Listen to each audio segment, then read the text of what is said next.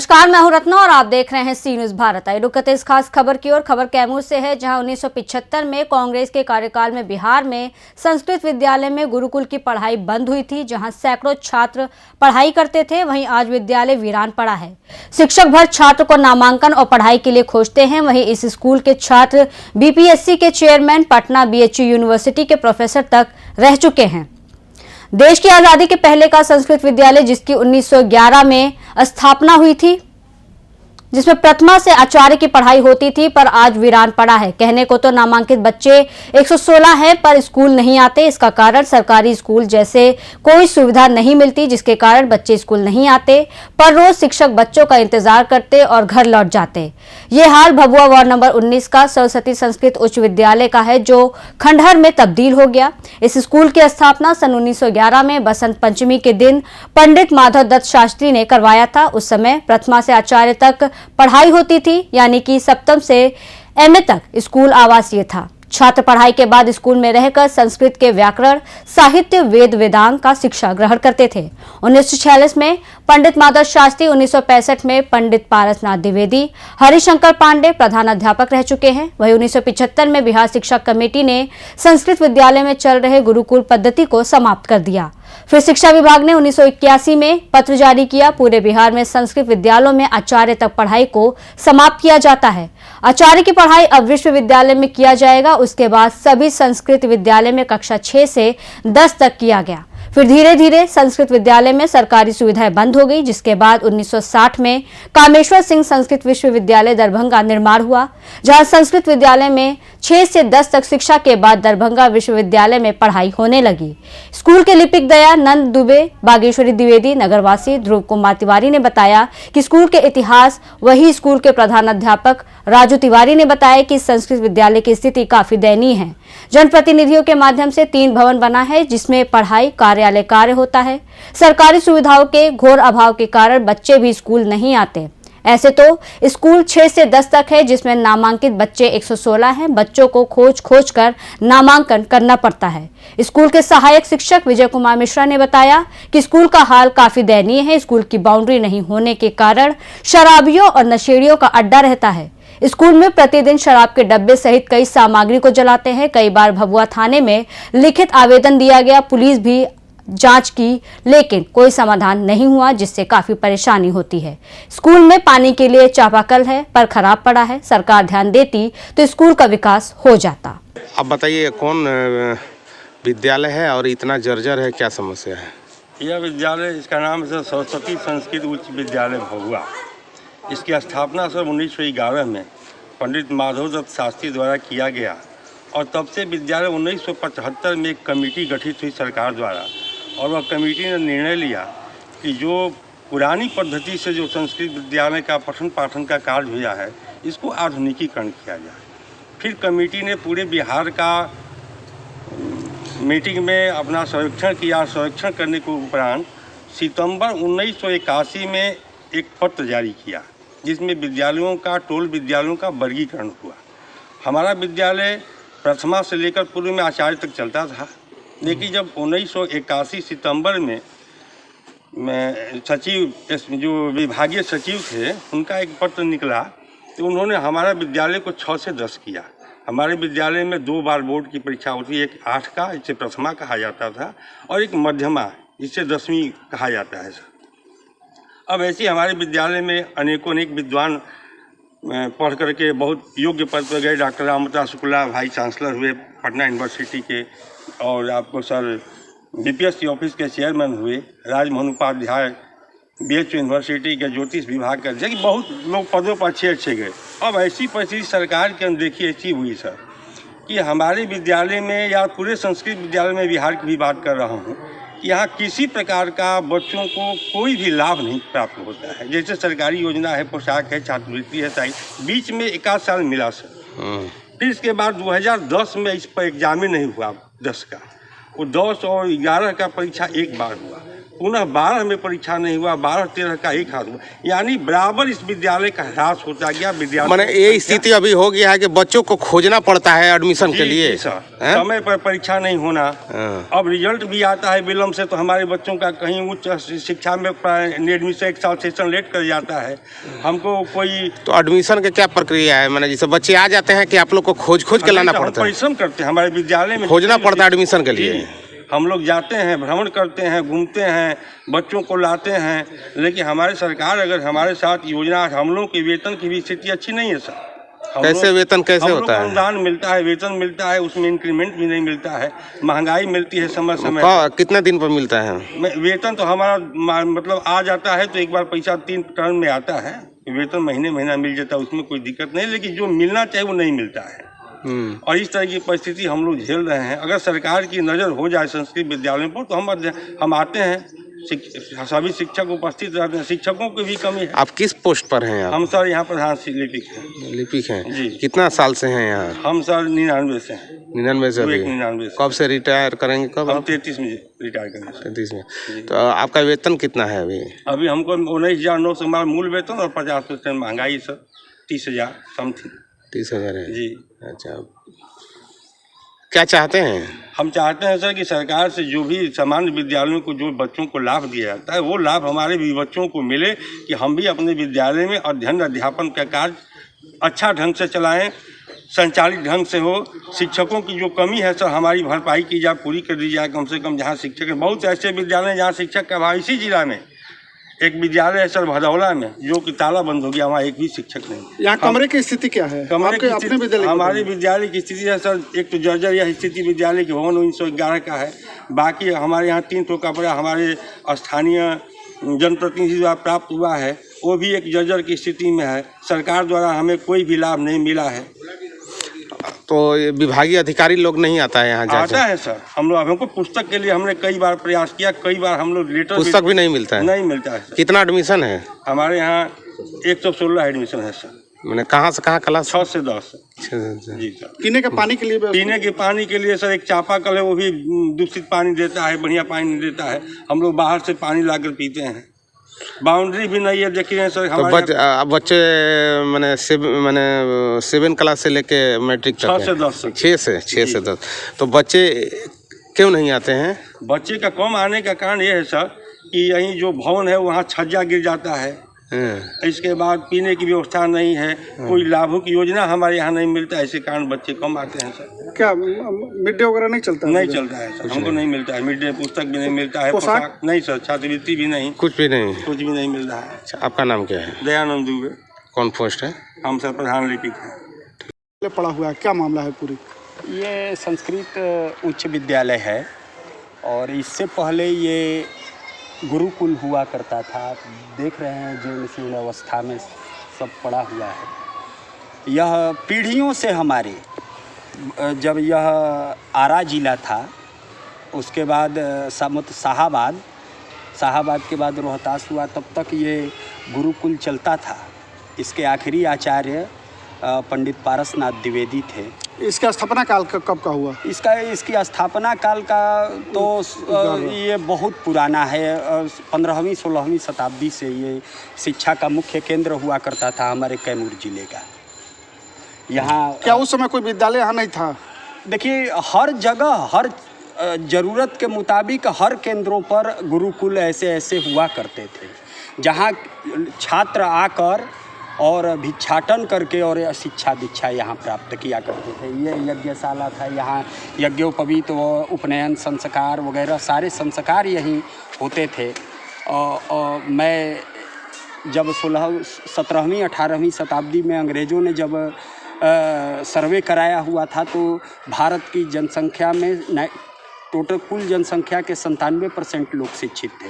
तो उनमें शिक्षा का ये इन्हीं सब गुरुकुलों का योगदान था कि 97-98% लोग शिक्षित थे। आज गुरुकुलों की दशा देख लीजिए, सारे गुरुकुल नष्ट हो गए और शिक्षा का स्तर क्या है, कितने प्रतिशत लोग शिक्षित हैं आज भी। ये मैकाले शिक्षा पद्धति की देन है। और हमारे गुरुकुलों में की शिक्षा पद्धति का यहाँ सारे संस्कार दिए जाते थे। मैकाले शिक्षा पद्धति से जब मैं कहता हूँ तो उस पद्धति की बात करता हूँ जहाँ संस्कार नहीं है, सिर्फ लोगों को रट रटा के और मशीनी जीवन जीना सिखाया जाता है। वो असली जीवन के विषय में कुछ सीख ही नहीं पाते हैं। किसका सम्मान करना है, किसका आदर करना है, राष्ट्र से प्रेम कैसे रखना है, राष्ट्र के लिए क्या बलिदान देना है, ये सारे उच्च मापदंड थे हमारे गुरुकुलों के। वो संस्कार खत्म हो गया, इसलिए आप यत्र तत्र, अब मैं जेएनयू की बात करूँगा जहाँ की राष्ट्र विरोधी तत्व उत्पन्न हो रहे हैं, तो वहाँ कुछ तो ऐसी गलतियाँ हो रही हैं, हमारे शिक्षा में कुछ तो मूलभूत समस्याएं हैं जिसकी वजह से राष्ट्रद्रोही ज़्यादा पैदा हो रहे हैं। और शिक्षा से भी क्या उनका उद्देश्य है कि भ्रष्टाचार या एन केन प्रकारेण उन्हें धन अर्जित करना है। और हमारे जो गुरुकुल वीरान पड़े हुए हैं, ये गुरुकुल समाज की नींव पैदा करते थे, जिसकी वजह से आज लोग कहते हैं कि कुछ तो बात होगी सनातन को न मिटने के लिए। नहीं, वो नींव खत्म हो गया। अब जो शिक्षा पद्धति आ रही है उससे भ्रष्टाचारी और तमाम तरह के उपद्रवी ही क्या कह रहे हैं कि इसका मूल कारण आखिर कहाँ से हुआ? मूल कारण शिक्षा पद्धति है। किसे दोषी मानते हैं? दोषी अब अंग्रेजों को मान के हम क्या करेंगे, लेकिन सरकार ने कौन सा काम किया है? संस्कृत महाविद्यालय खुला हुआ है। इन शिक्षकों को मैं शिक्षक तो नहीं हूँ, लेकिन मैं जानता हूँ कि इन शिक्षकों को समय पर वेतन तक नहीं मिलता है, बल्कि साल 2 साल में एक बार इन लोगों को डाल दिया जाता है ताकि आबादी जो मुस्लिम शिक्षकों को जो पैसा फंड आ रहा है उसके समतुल्य कुछ दिखावा करने के लिए इधर भी छिड़क दिया जाता है कि लो भाई बैलेंस है। लेकिन अभी इस विद्यालय की स्थिति क्या है? विद्यालय की स्थिति देख आप तो रहे इसी हैं मोहल्ले कि से हैं। क्या जर्जर स्थिति में है। ये हमारा शिक्षा का मूल केंद्र हुआ करता था, जहां हमारे दादा परदादा सारे लोग शिक्षित हुए हैं। उस व्यवस्था को इस जर्जर स्थिति में देखकर हमारी आत्मा नहीं कचोटती होगी। आप चाहते क्या हैं? हम चाहते हैं कि इसे पुनः गुरुकुल पद्धति में इस संस्कृत महाविद्यालय, संस्कृत उच्च विद्यालय है ये है, इसको और डेवलप करके इसका, और यहाँ गुरुकुल पद्धति से शिक्षकों को इस विद्यालय से पूर्व में विद्यार्थी कुछ उस प्रकार से उपलब्धियां हासिल किए हैं? बिल्कुल किए हैं।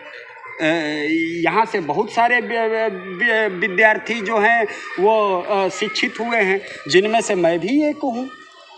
मैं भी यहाँ से शिक्षा दीक्षा लिया हूँ। आपके समय में यहाँ कैसा चल रहा था पठन पाठन? उसी तरह ये खंडहर है।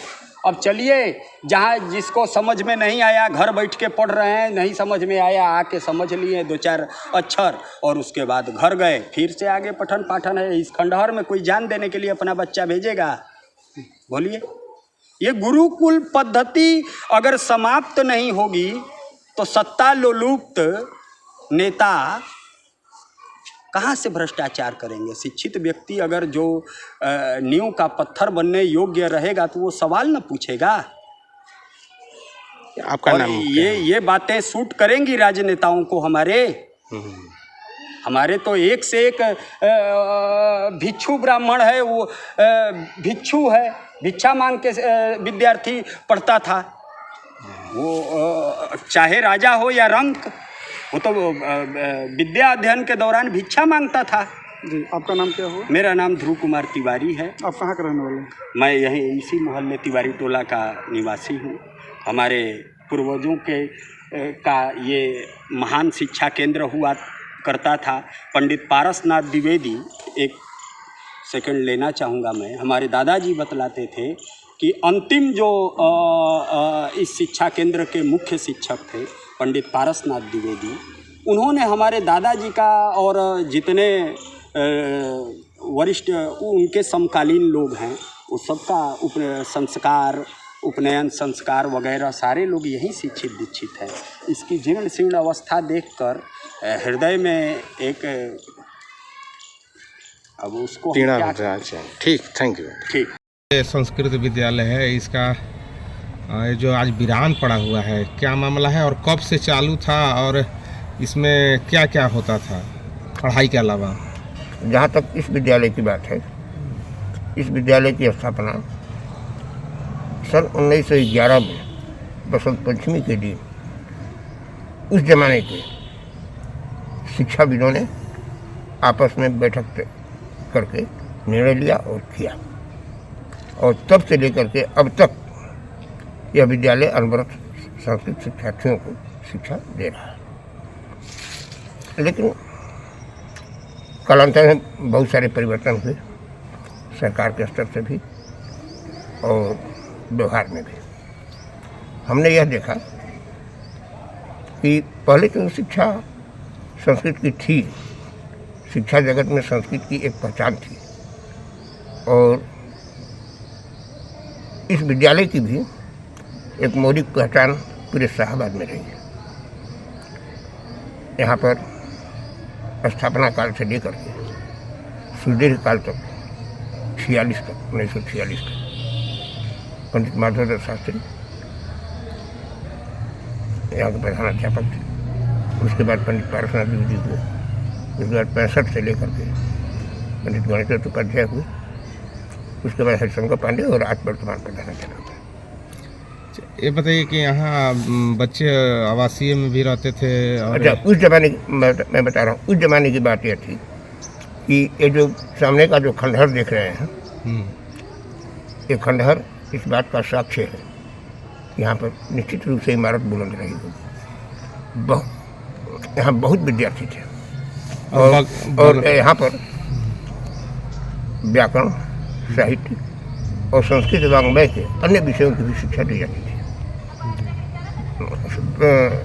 संस्कृत वाङ्मय में व्याकरण के 2 विभाग हैं, प्राचीन व्याकरण और नव्य व्याकरण। साहित्य के ही 2 विभाग हैं, अलंकार प्रधान शाखा और काव्य प्रधान शाखा, यानी 4 विषयों का तो सम्यक रूप से यहाँ शिक्षा दी जाती थी आचार्य तक, और एक नहीं हजारों विद्यार्थी यहाँ से पैदा हुए। तो ये बगल में यज्ञशाला है, इसका क्या महत्व था?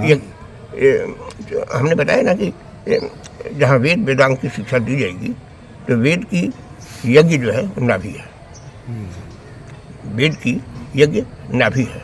यज्ञशाला होना स्वाभाविक है, वो स्वाभाविकता से परे नहीं है। कहाँ से कहाँ क्लास चल रहा था? यहाँ प्रथमा से लेकर के आचार्य तक की शिक्षा दी जाती थी। मैंने पहला से लेके एमए नहीं, तक? 7वां से लेकर के 7वां से एमए तक? एमए तक पढ़ा। स्नातकोत्तर तक। तो कब फिर ये मैट्रिक में कन्वर्ट हो गया? उसके बाद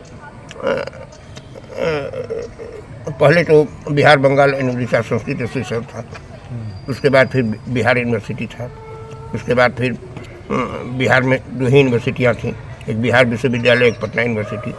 उसके बाद 1960 में जब कामेश्वर सिंह दरभंगा संस्कृत विश्वविद्यालय बना तो जितने भी विद्यालय थे एक चल रहे थे टोल के रूप में, जहाँ पर गुरुकुल प्रक्रिया से पढ़ाई हुआ करती थी, तो वो सब के सब उससे संबंधित हो गए और उनसे उनको डिग्रियाँ हासिल होने लगे।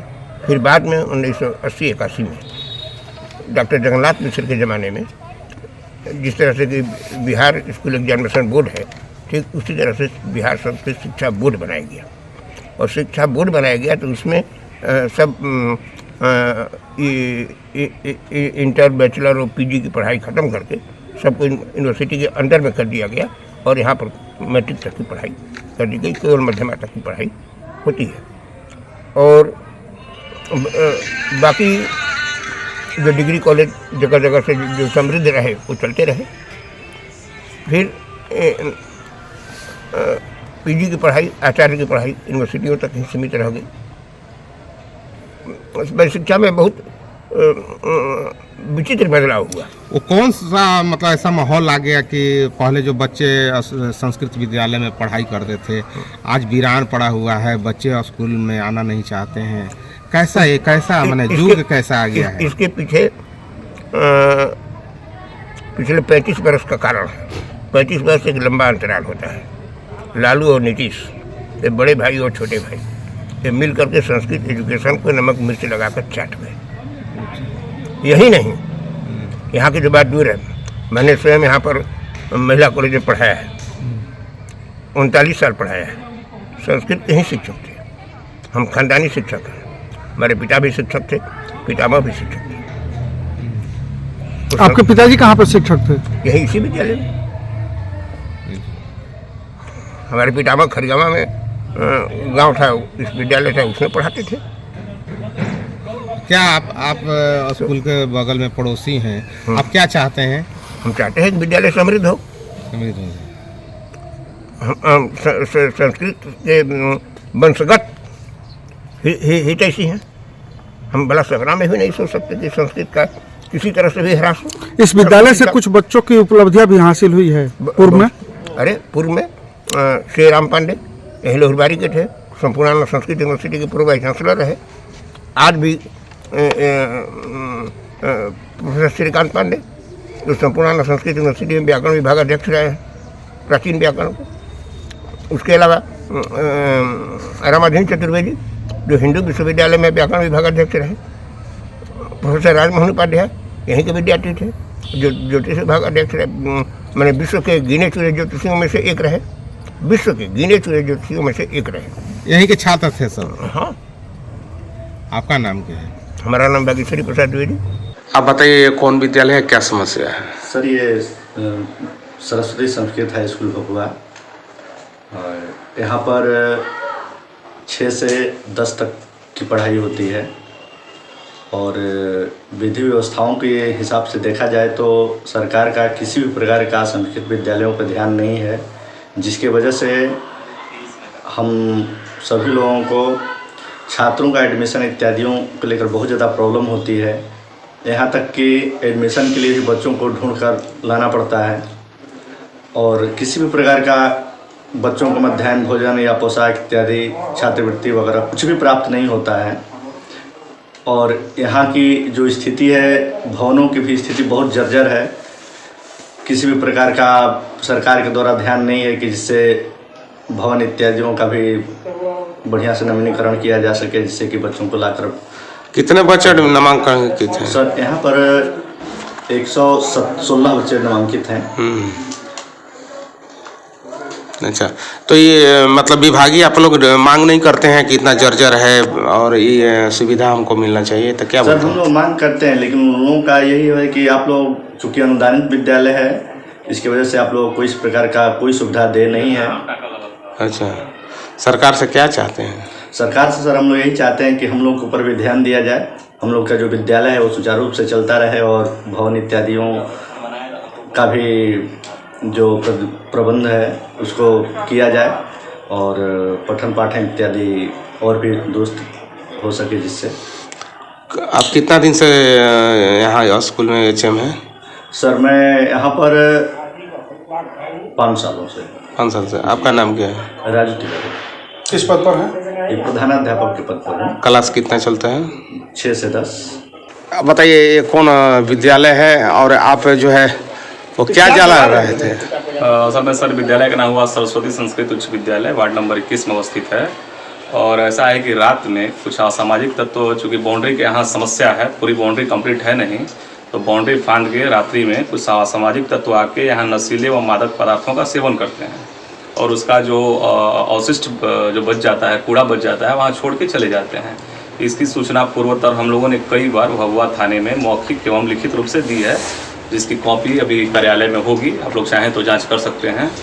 तो उसी को सफाई के लिए हम उसको बटोर के, जो उसका कूड़ा था, कुछ डिब्बे थे या कुछ और अन्य गंदी चीज़ें थी, तो उसको बटोर के मैं उसको जला रहा था। नहीं, वो शराब का वो जो रेपर था जी, हाँ रेपर था, कुछ शराब का रेपर था और सनफिक्स वगैरह का कुछ रेपर था। कुछ इस प्रकार का कार्य आज किया जा रहा है कि नहीं, बहुत पहले से सर वो किया जा रहा है, ये लगातार किया जा रहा है। हम लोग परेशान हैं इस चीज़ से। मतलब स्कूल खोलते उसको आप लोग सफाई करते हैं, जलाते हैं? खोलने के साथ पहला हम लोगों का काम होता है, क्योंकि कई विभागीय जांच होते रहता है, पदाधिकारी लोग आते रहते हैं, तो पहला हम लोगों का काम यही होता है कि जो रात्रि का जो गलत यहाँ सामान पड़े हैं उसको हम लोग बटोर के और जलाते हैं। रात्रि प्रहरी का यहाँ अभी तक नियुक्ति हुई नहीं है, बाउंड्री का काम भी पूरी तरह कंप्लीट है नहीं, तो इसकी समस्या है यहाँ। तो किस प्रकार का वो सब समर्थक क्या नशीले पदार्थ का सर सेवन करता है लोग रात में। यहाँ बाउंड्री टप जाता है और आके यहाँ दारू पीना, सनफिक्स पीना, गांजा पीना, सिगरेट पीना, खाना इस तरह का सब चीजें करते हैं लोग। मैंने थाने में आवेदन आप लोग दिए तो क्या कभी पुलिस नहीं आई? सर 1-2 बार लोग आए थे रात्रि में, ऐसा नहीं है कि कभी कोई कार्रवाई नहीं हुई है, लेकिन एक बार करने से सर होता नहीं, वो लगातार कंटिन्यू प्रशासन को उस पर वॉच करना पड़ेगा। अच्छा, क्या नाम है आपका? विजय कुमार मिश्रा। कौन पोस्ट में है आप? सहायक शिक्षक, स्नातक विज्ञान। कैमूर से सी न्यूज संवाददाता ओम प्रकाश तिवारी की रिपोर्ट। फिलहाल इस खबर में बस इतना ही। देश और दुनिया की तमाम बड़ी खबरों के लिए देखते रहिए सी न्यूज भारत।